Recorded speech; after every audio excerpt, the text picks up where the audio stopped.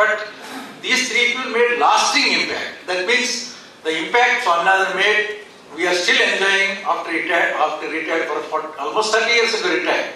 Similarly, Korean, the operation fund he started led to the so-called milk self-sufficiency. Today we are proud to say that we are number one in the country. Similarly, Sridharan's metro. I mean, nobody ever thought that, you can build a train from Goa to Mumbai in such a, without any foreign help. And also the Delhi metro, and then which led to a spin-off effect of so many metros across the country. So in 10 years' time, there is total transformation. So that is the, impact somebody can make if somebody is visionary, somebody has leadership qualities, somebody can understand the problem, and somebody knows how to proceed. Because these people also work with all the constraints we are also facing. They also had financial constraints, they also had manpower, everything, but still they exceed because of the, the leadership and the vision.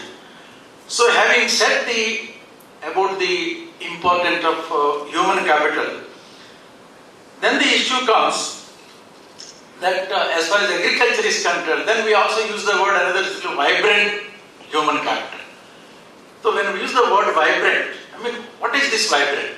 Somebody who is very alert, somebody who can, seize the opportunity, somebody who can, quickly understand and use all the resources to deliver a point. So as far as agriculture is concerned, we all know in the morning also, just now also, that Chahal mentioned about the preference of the subject for the students. One reason we always say, when there is a common entrance, medical, engineering and all, people always prefer medical, then maybe sometime pharmacy, and last agriculture. And this is one across the country kind of phenomena, But that doesn't mean that agriculture is less important, but in the perception of the parents, in the perception of the society, in the perception of the students, that is the kind of job opportunities or the kind of profile of the jobs they get with agriculture. They always compare with. So this is very important, That means, the respectability of a profession is something. So this is our responsibility to see that the jobs, the job or anything, because as you just now said, while we respect Swaminathan, he was also agricultural scientist. But that means an agricultural scientist can make an impact, a lasting impact. But common students, they still feel. So this is the biggest gap we have to bridge. That means the profile of our profession itself is something we have to all work together to see that, to bring it, the first step we took is, of course, they declared this agriculture as a honor, a BSc honors. Now it is professional course, like any other courses, like medicine, veterinary. So this is the first step. But we have to do much more. We have to do much more to communicate this message that this profession is no less important than any other professional degree. But for this, the seeds have to be sown quite early. In the sense, recently I was having an informal chat with a very senior retired engineer in Mumbai, state level officer. I asked him that, do you know about Swaminathan's contribution? He know about Swaminathan, just name, but he doesn't know the details. What was Green Revolution, why it is called Green, what. So that means the kind of, lack of, I would not say ignorance because he's a big man, the kind of lack of awareness about the subject itself among the common people, even educated people. Even most educated people, a chief engineer of a department, if he doesn't know the exact contributions of Dr. Swaminathan, you cannot expect a common man to know. So that is because in the school level, somehow we have not been able to, despite our last efforts for many years, we have not been able to introduce agriculture as a subject. In fact, why not we have a lesson on Swaminathan's life, 2-page lesson in class 9 or class 10, so that every citizen reads that what was his contribution, automatically they will also understand what is Green Revolution, what is White Revolution. So the subject of agriculture, like we read little bit about environment, we read little bit about pollution, but why not agriculture? Is agriculture less important than environment? Of course, environment is important, pollution is, but it is also equally important because it provides food to all of us and it is providing livelihood to more than 50% of the farmers and 60% of the agricultural laborers. So this being so important an issue, so important an area, it deserves to be taught in the schools so that at the very young age, the students really, because what is taught in the school we never forget. Once we pass the school stage, then we go into BPC, MPC, then we never learn the basic things about society or everything. So that is the one important one. Then after that, the issue of dichotomy of actual requirement versus what we are actually teaching. Of course, the BSc Agri, the graduation and all, of course, we are the typical standard syllabus we have, standard curriculum we have, and we have been teaching all over India. We have 5th Readings Committee, then 4th Readings Committee, we are revising time to time. But one point that Narayan Gowda made in the morning is a very important point. What he said, that while we are producing large number of graduates every year, and many of them are excelling in their career, they are getting white collar jobs, some other are becoming scientists, some other are becoming professors, some other are going abroad. In Maharashtra, let me tell you, you'll be surprised to know, I have made a survey in all the 4 universities in Maharashtra. Out of the civil servants that are passing through Maharashtra Public Service Commission, 50% are from the 4 agricultural universities. 50%. So that means you walk to any department, you meet any meeting, a sub-inspector or a commissioner or a district, he will say, "Sir, मैं आपका विद्यापीठ का student हूँ, बहुत अच्छा लगता है." Many of them.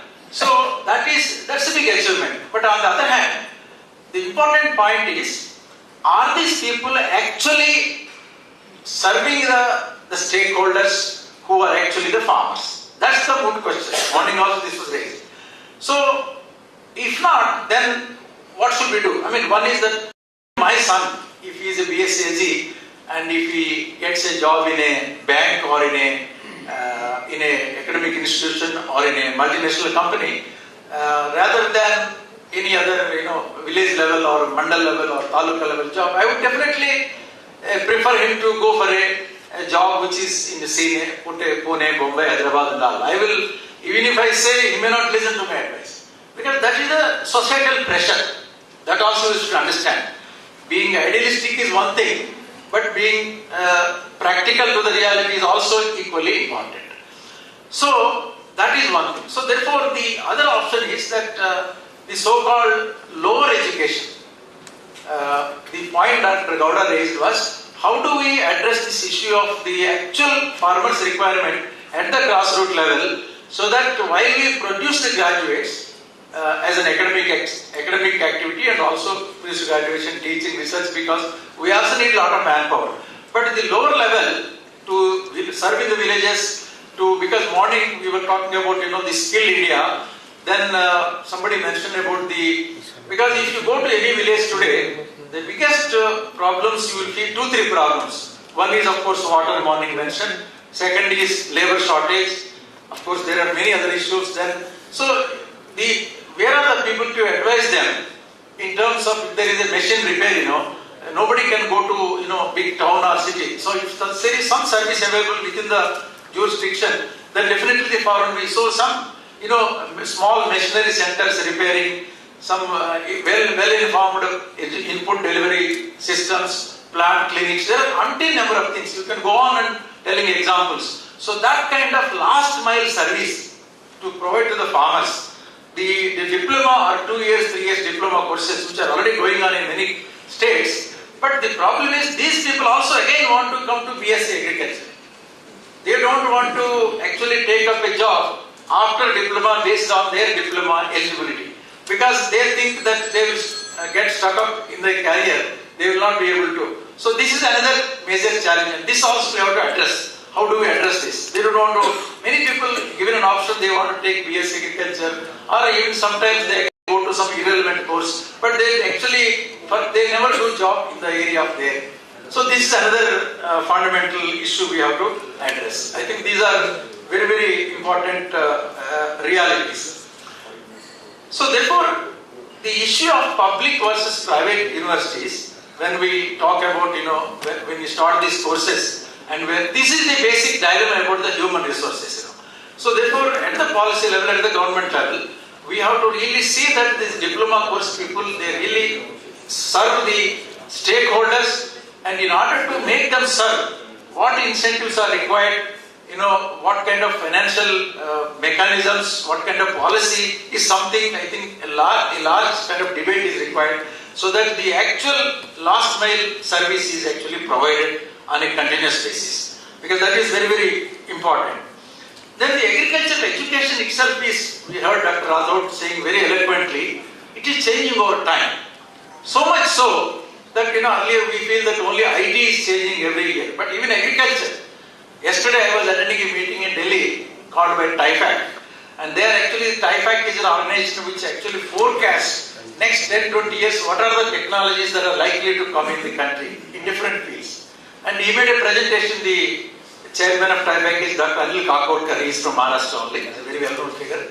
And I was listening to his presentation, they were saying worldwide, now they are telling 2-3 very important finding technologies which are going to make a big impact. One they say is cellular agriculture. Cellular agriculture, I don't know many of you, even yesterday, till yesterday, I didn't even hear that word. Cellular agriculture means artificially producing food from their different ingredients, maybe from plants, maybe from in a petri dish. Even now, there are patents which produce meat from plant sources. Exact meat with all the taste, flavor, everything. And milk, eggs. So there, he was saying in a lighter way, in 2030 or 2035 or even 2040, we may not need animals to eat meat. We may not need hens to lay eggs. We may not need cows or buffaloes to produce milk. I mean, that is the kind of imagination. Another thing he was telling is the vertical farming. Vertical farming, is side of growing all kind of things in big containers without any external influence with artificial light, water, minerals, everything. So very huge, kind of imaginative, and many companies are already doing. So, and then secondary agriculture, specialty agriculture, so many. So the kind of development that are taking place, and the kind of scenario that we are likely to see in the next 15-20 years, and the rapidity with which these developments are taking place, this is something we also have to capture. We also have to understand, and we have to build in these things. May not be exactly these things, but I am telling you as illustration. We have to be, very, contemporary in terms of our thinking, in terms of our curricula, in terms of our teaching methods, in terms of our everything we do in agriculture. Of course, in other subjects they change very fast, but in agriculture also, after Dean's Committee, we must appreciate ICR and all other universities the way we are doing. But unfortunately, the 30% liberty given to universities, that you can make your own syllabus as per your local conditions, which is hardly used, because it requires some effort by the university. You have to put a committee, then they have to bring a consensus among the state. That is not done. In Maharashtra, I am chairman of the Vice Chancellor Committee. I could not do it. In the last 3 years, we tried our best. But a lot of this opinion, no, ye barabar nahi hai, let us go for ICR ka jo hai, wahi le lenge. Kya zarurat hai isko badalne ka. Lekin when we talk to people, they say, sir, people should learn more about Alfonso Mango. Students studying in Maharashtra, they should learn little more about Alfonso Mango than a student in Jammu Kashmir. A Jammu Kashmir person, it doesn't matter, if he knows little bit about mango, is fine. But he should know more about temperate fruits. So that kind of flexibility is very well built in ICR system, but it is not, being happening. And as far as institutional reforms are concerned, of course, one thing is that, in our own SAE systems, a lot of things were said about recruitment of staff, the shortage of staff, and all these issues are to be addressed. But definitely, agriculture being a state subject, we need lot of involvement and lot of concern from the states. And I think at Prime Minister level itself, this issue has to be flagged in a big way. All the chief ministers, that many times, many state agriculture ministers also, when you say our funds are not coming and all, ये तो ICR का काम है, उनसे पूछो. I mean, they are disowning so much. Agriculture being a state subject, education as a research, they almost disown in many states. They just disown. They saying that ये ICR से पूछो ना, अगर पैसा नहीं है तो ICR में लिखो. ICR से पूछो या फिर ICR को बात करो. हम लाइक मैं जब दिल्ली जाऊंगा मैं बात करूंगा डीजी साहब से या मिनिस्टर साहब से. Actually, the issue is that it is a state subject and it's our private responsibility. That basic message, I think, at highest level it has to go. Then obviously the institutional reforms will follow, because once the seriousness is taken at the highest level, obviously the resources, the reforms, the statute, act amendment, everything will follow. Of course, it will take some time, but I think somewhere we have to begin. So, I think at the end of the day, the point is that in terms of planning, so policy, just now policy or institutional reforms, both are required, and states have to play a major role in this. Because so far what we heard in the morning, most of the initiatives taken by ICR. But states have to take a major initiative in policy as well as institutional, because they are the people who actually use the outcome of these agriculture universities, research and teaching, and therefore they have to take it. And in this process, there is a good place both for public and private universities. Let us not see that public and private are loggerheads. Many times there is wrong impression, but I think they can work together to achieve this goal. And only thing is quality assurance, we just heard in the morning and now also. So if that is assured and that is followed, if there are very good private institutions also who are ready to invest, and only thing is they need guidance, and the kind of guidance that Rathod has provided, I think if public and private institutions work together on these lines, certainly we will be able to produce very good human resource, and along with that, if some incentives and policies are built up, we can retain them in agriculture itself so that they make a lasting impact on the society in general and farmers' lives in particular. Thank you very much.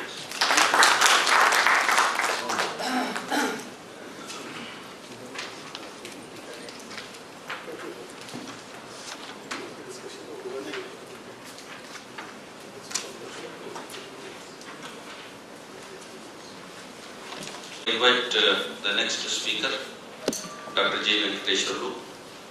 Again, I have a pleasure in introducing my colleague, Dr. GHRU, who is working as Assistant Director General, Education Quality Reforms in Agricultural Education Division. And again, here, I just would like to, not only Dr. Venkateshwarlu is my colleague in the office, he is my floormate in the office and floormate at residence also. We stay together, both in the office as well as at home. And with respect to his credentials, he is a PhD in Organic Chemistry from Kakatiya University, Warangal, postdoc from Danish Institute of Technology, Denmark, and University of Massachusetts, USA. And he has 26 years of working experience on nutraceuticals, functional foods, bioactive compounds, and value-added products at both IHR Bangalore and CIFE Mumbai. And he is looking after the accreditation and curriculum development, and he is also responsible for preparing the draft bill for the National Council for Agriculture Education, which has been submitted to the Cabinet for its approval. And he is the recipient of ICR Best Teacher Award, and is a visiting professor at Dublin Institute of Technology, Ireland. He has published 108 papers, which are cited more than 1,200 times with high H index of 80. And again, we are very glad, I just take half a minute of yours, that I am very glad to be in the Education Division. And now the situation and the scene which you are seeing throughout the country, not only the people sitting here in the hall, but all the universities are changing the metamorphic changes in the Education Division. Because Education Division is not new to me. Not that I joined as an Assistant Director General HRD and I know about the Education Division. I had been the Nodal Officer of the University for ICR developmental grants for more than a decade. I know Education Division from the time when Dr. S.L. Mehta was the Deputy Director General Education. Since then I have been seeing the changes in the Education Division. Earlier, we never, see all, the officers in the education division, DDG and 3 ADGs. It is education division headed by DDG, assisted by 3 ADGs. I have never seen all the 4 people sitting together any time, whenever I visited for the last 20 years. But now, you will never see all the people separately. You will always see all the 4 people. Even if you are going for a meeting, all the 4 people will go together. If you are going home, all the 4 people will go together. And that has really become a matter of concern for most of the people in Asia. Why these people are always together? So it is the convergence program. That's why Government of India speaks always of convergence program. And that is what is happening, the convergence of North and West. Dr. Rathod Sahab comes from neither North nor from West, so I call it Northwest, Rajasthan. I come from South and Dr. Venkateshwarlu comes from South. And we have a person from East also, Dr. Pandey, who is from Bihar. So there is a convergence of all the directions. But earlier we had the divergence. So people from the same place, but there was a lot of divergence. Why these things are happening, why these changes people are witnessing and people are realizing? It is because of this convergence program, and it is because of the cohesion which we have in the education division. That's what because most people may not be knowing. This is why I thought it is my duty to bring it as a person of HRD. So I thought it is my duty to bring it to the notice of everyone. Thank you very much. Thank you very much, Dr. Shetty, but I think this is the best forum when I should take a minute to add something to the personality of Dr. Venkateshwarlu. I have worked with him in so many committees where he is there, and like all other ADGs, like Shetty, they are there, of course. But whenever I have telephoned him during working hour or off hours that this meeting has to be organized, these proceedings have to set what we should do for next meeting, he has never said that I am busy and can't attend the call. This is very good thing. He is very positive. And whatever we achieve in committees and in meetings, it is he is at the center of all these things to organize all things. Once in my university, he delivered one lecture to the students. It was so inspiring and it was so different from his specialization and what he's working in ICR. It was very different lecture, and students, they came to me afterwards, and even teachers, they were so inspired by his lecture and were so satisfied. To me, satisfaction was only this way, that I could introduce a very knowledgeable and positive person to my faculty and students. And I hope Dr. Venkateshwarlu, Dr. Rathod is lucky to have many pearls in his team, and this is the best team which is now I have seen working in educational division. Thank you. Thank you very much, sir. Good thing, after having lunch, you told all these good things. Before lunch, I could have not taken lunch. So, always a pleasure to have blessings from seniors, very seniors. And we are fortunate to have seniors, and always we get opportunity to learn. That's more important. And that is the secret behind the education division. We are receptive, we are together, we are at the learning stage. And thank you, sir. And without making much, I would like to proceed for my presentation. I want to cover in 3 aspects: changing face of agriculture, academic landscape, and institutional framework. Changing face of agriculture and agriculture education. Today, I am standing here. That is an indication, that is a visible change in the face of agriculture education. Earlier, I think many seniors agree with me, we attended only meetings, seminars organized by public universities, public organizations. But very rarely, private organizations have taken lead to bring together the intellectuals, and this is the change in the agriculture education. And this is the new thing which is happening in agriculture university across the country. We have witnessed the private participation in medical science, followed by engineering, and this is the new branch, new sprouting in the education. So absolutely this development is highly essential to meet the capacity, to meet the human resource requirement for the country. As my earlier presenters made it very clearly, we have a lot of demand, and the capacity of the existing universities in public sector are not able to meet. That is one aspect. Second aspect, lot of aspirants, young aspirants. Even I am a father of 2 children.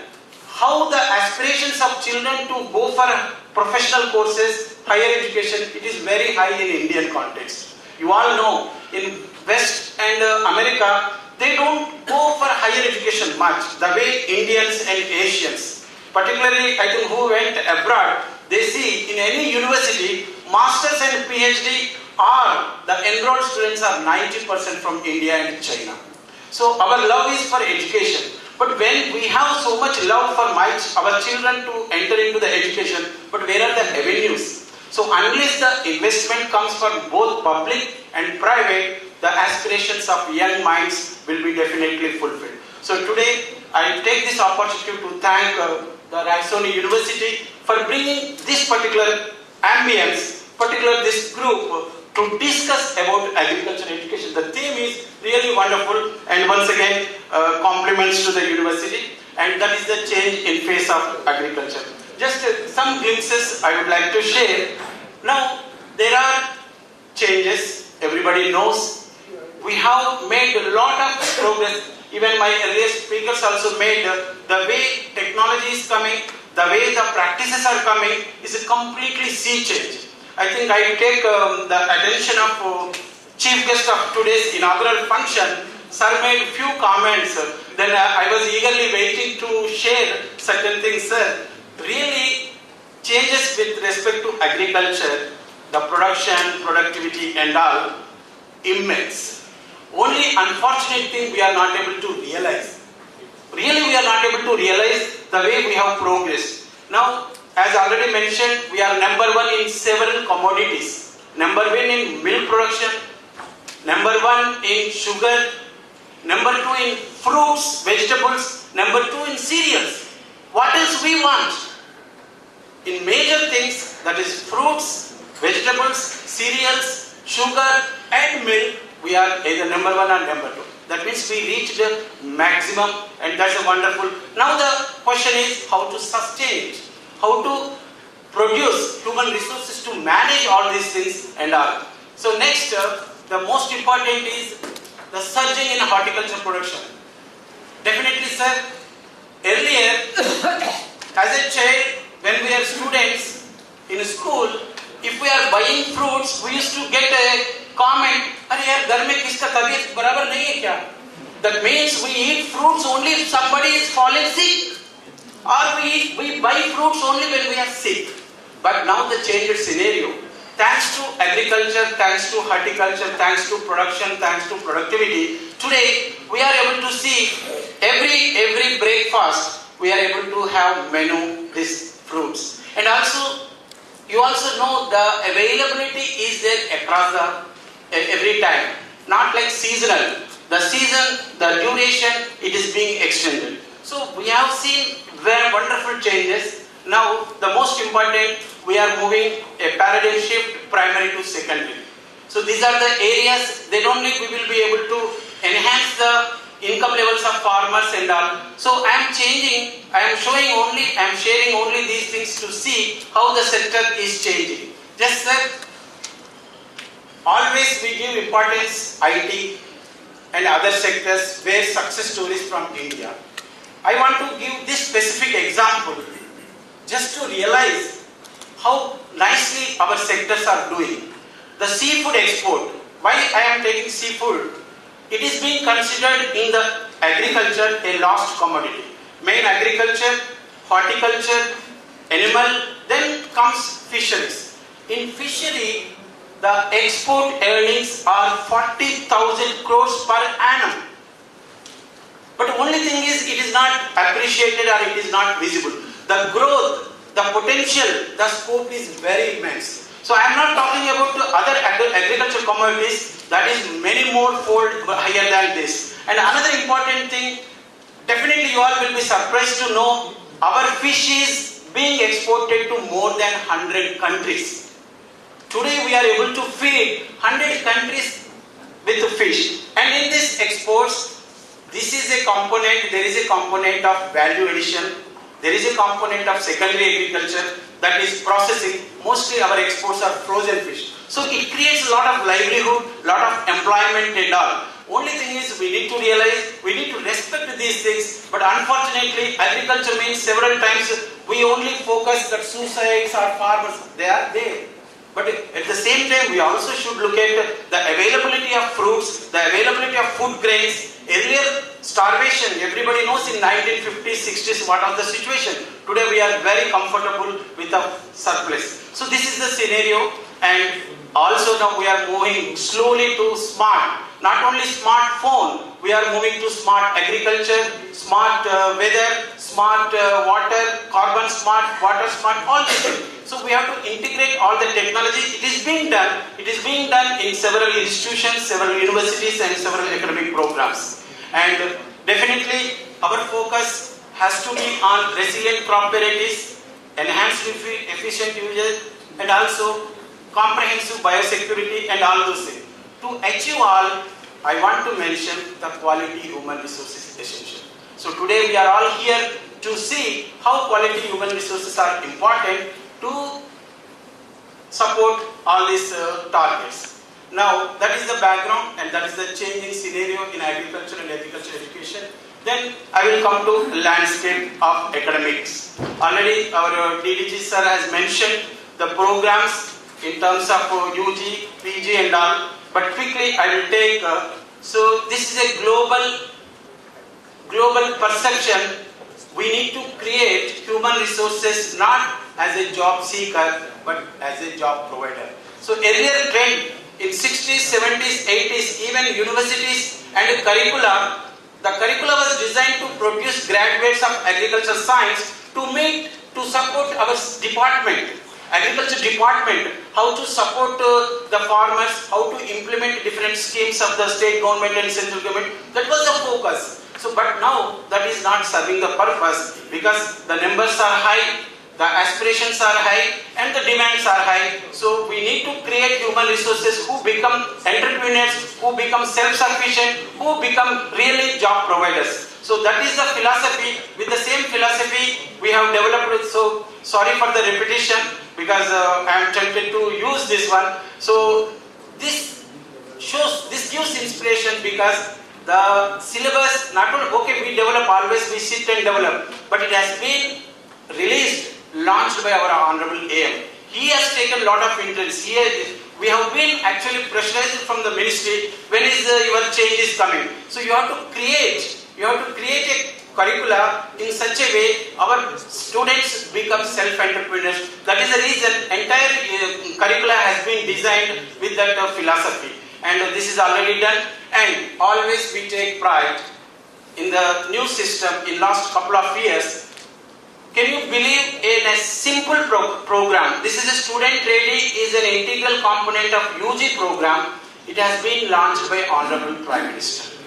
So Honorable Prime Minister launched a program, means definitely it gives more pride and more confidence and more this one. So drive. So this is driving us, and only thing is still many universities are stuck up with the two components, that is a raw way and experiential learning. That's one good thing, experiential learning has been taken, but not only experiential learning and raw way, there are 3 more programs, that is a student project and also attachment to the industry and Dr. Vice Chancellor of Raisoni mentioned in the morning, whether students will be attached to the other things. Sir, there is an inbuilt provision in the final year, they can be placed either in public sector or private industry or anyway linking to the skills and getting training. They can have the credits accordingly for the 2 months or 4 months.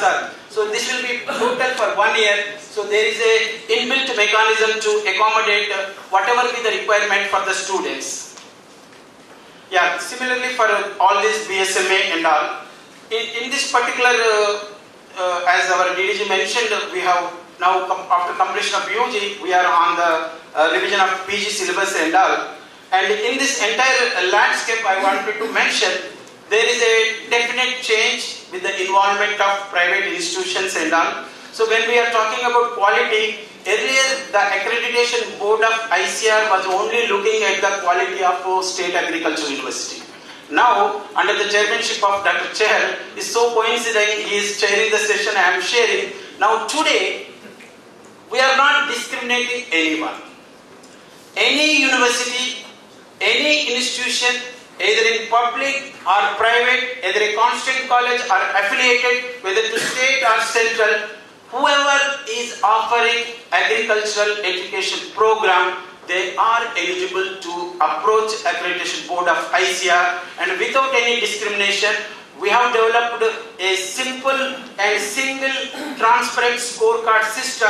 So based on the scorecard, they will be evaluated. Whoever is meeting, whoever is fulfilling the criteria, they will be given accreditation. Not only giving accreditation, you all know, once we have all public and private, definitely there will be a competition. So we know in America every year, people will be looking, both employers and students, which university is coming first, then accordingly the applications will be moving in that direction. Similarly, now Indian context, MHRD also started from last 2 years, and last week only they released the ranking of universities in general universities, engineering, management and medical. So on par with that, we also started this ranking. Last year we have done ranking, and this year also we are planning to provide the ranking. So this ranking and grading and quality to infuse competition among all the players, so that the merit and the excellence will be generated. So finally the quality human resources can be created. So these are the efforts of the academic programs. So this shows the landscape is so diverse. Today we have 95 specializations of master's program. That means we are able to touch everything. So there should not be any lacuna, there should not be any gap for the sake of this program. And very recently we completed, or it is in the pipeline to develop academic program for organic farming and veterinary Ayurveda. Dr. Kemal Pathak sir is here. Under his chairmanship, we just completed the syllabus for master's program in veterinary Ayurveda, and organic farming in another 1 or 2 months we will be. So you all, the demand gained by these two sectors. Ayurveda has come up very, very big way, and also organic farming. And for your information, India is hosting the highest number of organic farmers in the world. But till now, we don't have any academic program to create human resources. So that is the place where ICR is coming forward to bridge or to fill up the gaps. And finally, I am going to institutional framework just to learn for both, for private and public, how this institutional framework is there. And already some has been covered. Just I would like to say, this entire agriculture education started from Land Grant College concept way back in 1862 from Morrill Act. So you see, in 1860, almost 150 years back, US, they gave land, federal land to several agencies. Whether you sell it, you cultivate it, you endorse it, but you start a program. They said, you see, I put it in red mark, 150 years back they told teaching of practical agriculture. Still we have that. We are teaching agriculture, but many times we get feedback, theoretically we are very sound, but practical knowledge is definitely needs improvement. So still things are there to improve upon. And after universities of agriculture in US under land grant pattern, there was so many universities in Europe and Australia and all. And also just I want to share with Raison University, there is one Erasmus Plus program in European Union. Now, how the academic programs are being conducted. This is an example for all of us to look at, just to look at first, then if possible we can also start following. This is the program. It comes as a complementary philosophy. The single master's program will be offered by 5 universities. That means a student who gets enrolled, he has to complete 5 modules in 5 different universities, and at the end he will be getting the program, he will be getting the degree. So here they are drawing the strength of each university. Many times what happens, a university they will be having very good in one particular specialization, but they may not be sound in other. So they are drawing the synergy among a consortium, and so this concept is definitely missing in Indian context. So we can think and work for that. And also globalization or making little expanding our activities, we have several programs from Indian government. So here, looking at the strength of universities in Indian context, we are extending our facilities to many developing and underdeveloped countries' students. So ICCR is leading role and inviting and extending several scholarships. These are the scholarships available to many foreigners so that they can join in Indian universities and all. Yeah, EDSI is another agency. So this is a interface between university and foreigner country students. So they will be able to provide wherever the academic appropriate programs are there, and agriculture is being given now a lot of importance. So you can also register with this. So they will be channelizing the aspirants from outside and all. And there are so many. And one interesting example, this Borland Higher Education for Agriculture Research and Development. This is, everybody knows Borland and his contribution for the food production. And this endowment, they want to support for human resource development in particularly developing countries. And we have got a proposal from Bangladesh. Bangladesh students or Bangladesh candidates were given opportunity to take masters and PhD in America, Michigan State University. But they realized the exposure in Michigan State University is not able to serve the purpose of Bangladesh. They approached ICR.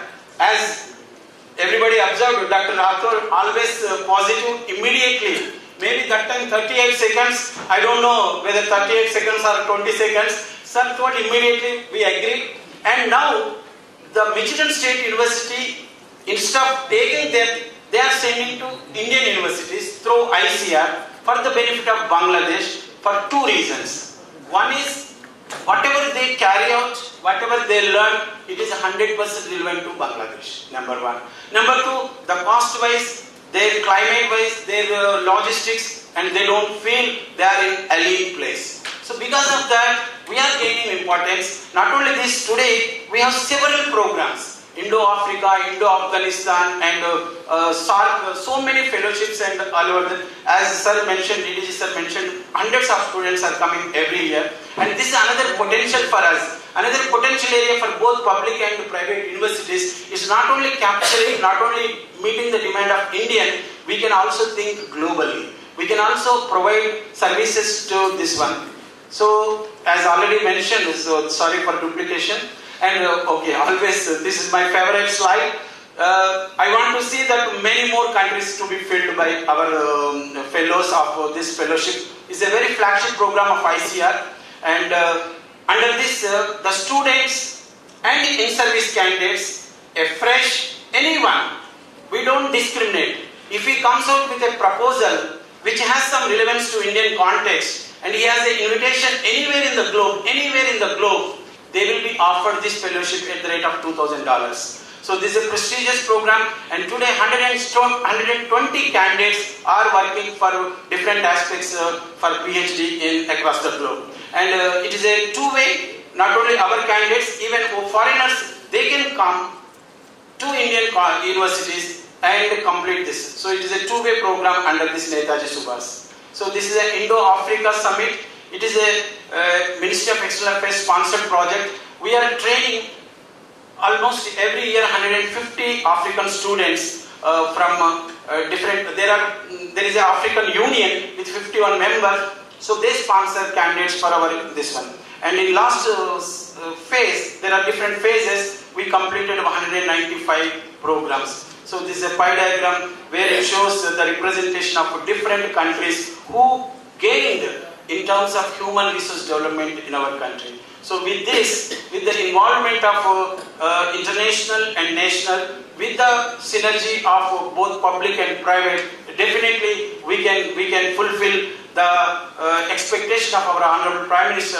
Always he mentions India should be a human capital or skill capital of the world. With this, I thank you very much for giving this opportunity for the question. Thank you very much, Dr. GHRU. Now, we have had two very important and very knowledgeable presentations.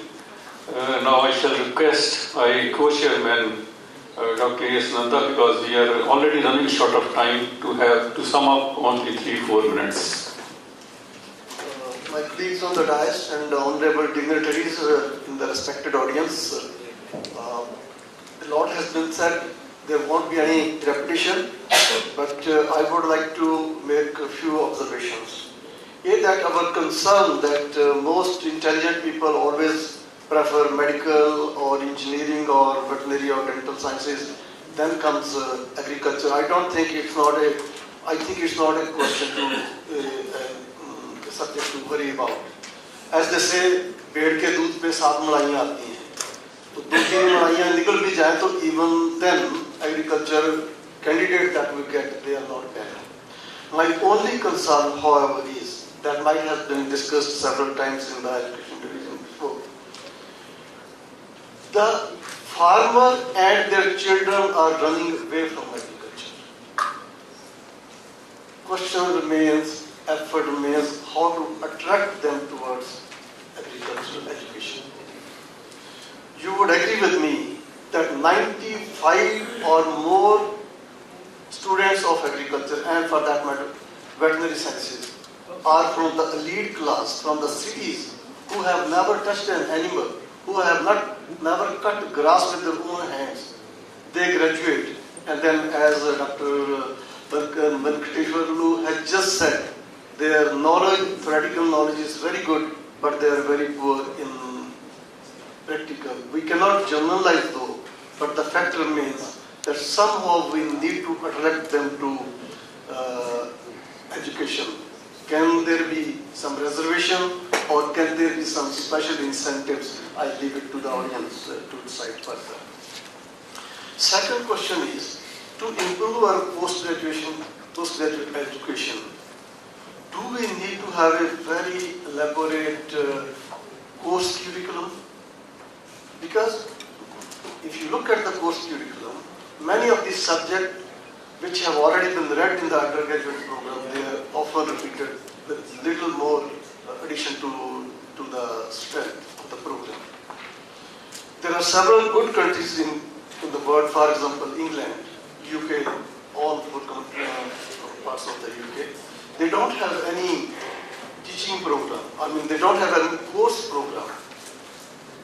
The course program, such an elaborated course program, the students does not have enough space and time to have innovative and creative thinking.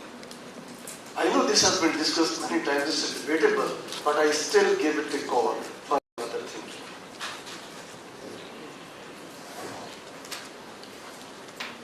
We all know that every rupee spent on agricultural education gives the best returns in the country.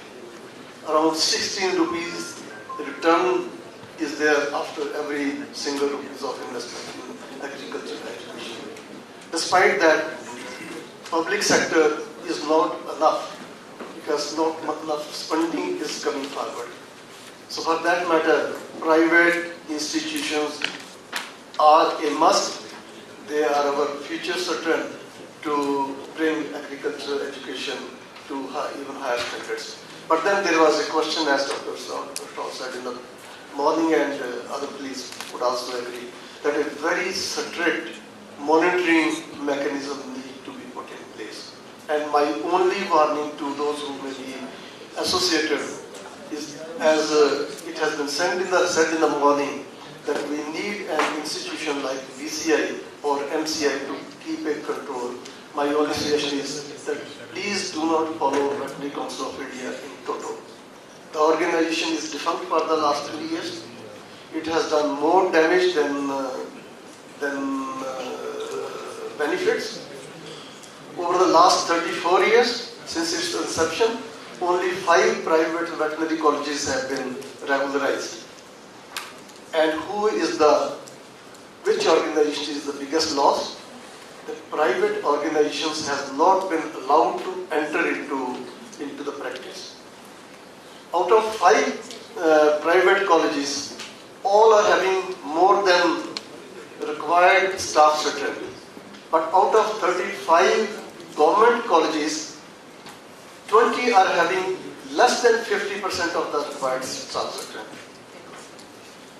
And I have already made a request to DDG Education that even the veterinary curriculum should be made under the auspices of Dean's Committee in Education. I have represented, I have given it to the Association of Agriculture University Vice Chancellor. Let us hope that some action would be taken. With these few words, my addition to this delegation. Thank you. Thank you very much, Dr. Nanda. So in this session, if you open up discussion, then it means we will be washing out all the other sessions that we don't want to do. But this has been decided that after all the sessions are over, we will open up this discussion, and kindly please go on noting down whatever comes to your mind, because those are much valuable. But because of time constraint, we are arranging like this. In this session, I think 2 or 3 very important points have emerged from these presentation. One is that things remain on paper, these are not implemented, and best example has been given by first Dr. GHRU, that 30% leverage which has been given to states, that has the state university, that has not been implemented anywhere. Liberal funding from the state, that has been emphasized once again. Public-private institution and their coming together, that has been emphasized by by both the speakers and similarly by Dr. Nanda as well. And then Dr. GHRU made some very important point that to what progress, whatever in agriculture we have made, to sustain this we need very competent human resources for this purpose. He has also emphasized that it is very important to harness the strength of each university in a synergistic form. In the morning, this point was raised by Vice Chancellor Dr. Rajan Velkar. He also made this point that different universities, they should be interconnected, and this point is very much relevant, should be taken care of. Interlinking of universities is really important. And particularly, I congratulate the Education Division again on one point. Again, I mean that I was associated with this. I was so happy to see this slide. When we see that national linkages, international linkages, those should be taken into consideration, those should be strengthened. But this one thing, Netaji Subhash ICR Fellowship, when we were selecting all these fellows from different universities, we took 2 days into this, and very stringent sort of interview was made, where their project was analyzed, whether they have already some guide or some connections are there in those countries. But when I have seen that they are spread over whole of the globe, now this is very much encouraging, and I am very happy to see this, that that exercise which was done at that time, it has brought so much things that now because those persons, they are our ambassadors, they have gone there.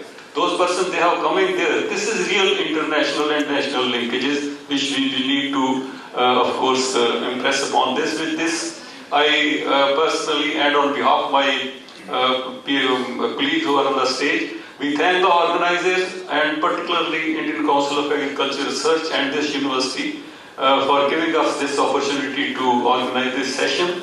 My thanks are due to my co-chair, Dr. S. Nanda, Dr. S. Chatty, who is backbone behind all these programs he is organizing, and he is with me on the chair also, Dr. S. Kanwar and Dr. Reddy as reporters also. Thank you very much. The chair, Dr. S. Chahal, co-chair, Dr. Nanda Saab, and the reporters, Dr. Reddy and Dr. Kanwar, and all of you. Thank you very much. Without any delay, with 80 to 89% marks, they are getting 50% reduction in the fee.